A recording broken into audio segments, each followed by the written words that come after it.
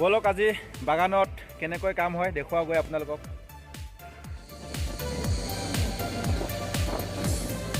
ইয়াত লিখা আছে কৰ্মই ধৰ্ম, কৰ্ম হি ধৰ্ম হে, ৱৰ্ক ইজ ৱৰশ্বিপ। চাওক হয়নে নহয় বাৰু বন্ধুসকল, কৰ্মই ধৰ্ম।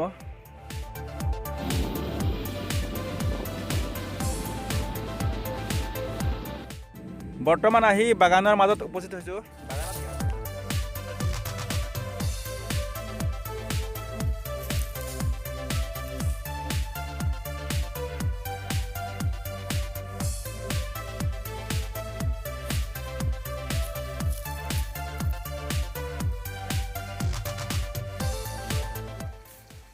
এয়া চাওক ড্ৰাইভাৰ যোগালী তেওঁলোকৰ খানা ৰেডি কৰি আছে।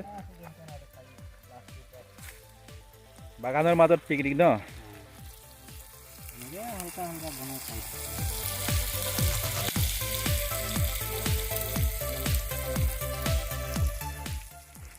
চাহ খৰি লোডিং কৰি থকা হৈছে। এয়া চাওক ভিডিঅ'। এয়া বাগানৰ যিমান ৱৰ্কাৰ আছে তেওঁলোকক ডিষ্ট্ৰিবিউট কৰা হ'ব।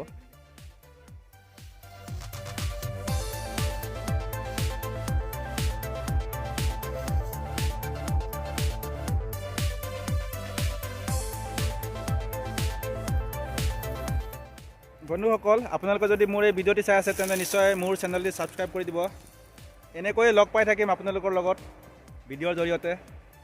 এয়া চাওক চাহ গছ উঠোৱাৰ পিছত চাহ বাগানৰ মাজত থকা গছবিলাক উঠাই থকা হৈছে JCBৰ লগত। বলক ওচৰৰ পৰা চাওঁগৈ কেনেকৈ গছ উঠাই আছে।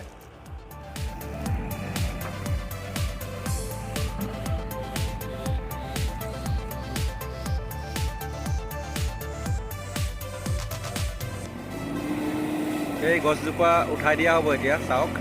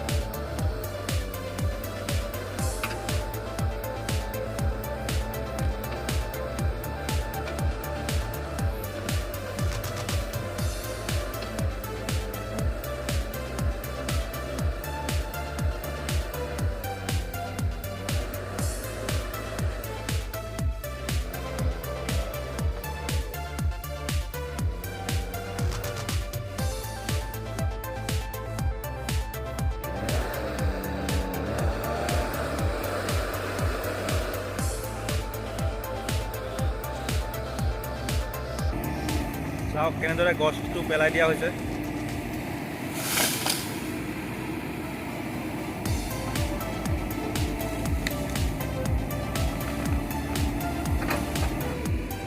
ইয়াৰ পিছত এই গছজোপা কাটি ডিষ্ট্ৰিবিউট কৰা হ'ব বাগানত কাম কৰা ৱৰ্কাৰ মাজত খৰি হিচাপে।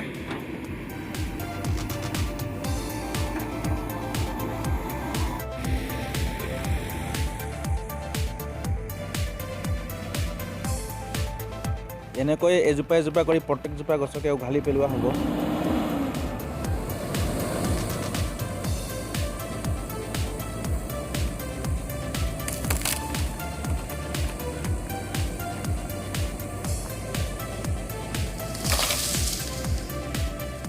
এয়া চাওক বাগানত কেনেকৈ স্প্ৰিংকলাৰৰ জৰিয়তে পানী দিয়া হয়। পানী নাপালে চাহ গছবিলাক শুকাই যায় খৰালি কালত।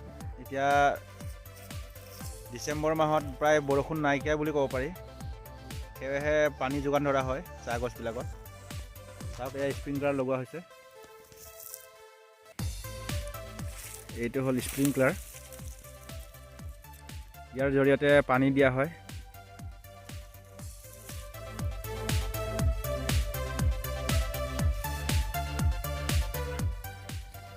চাওক কেনেকৈ স্প্ৰিংকলাৰৰ জৰিয়তে পানী ছটিয়াই থকা হৈছে।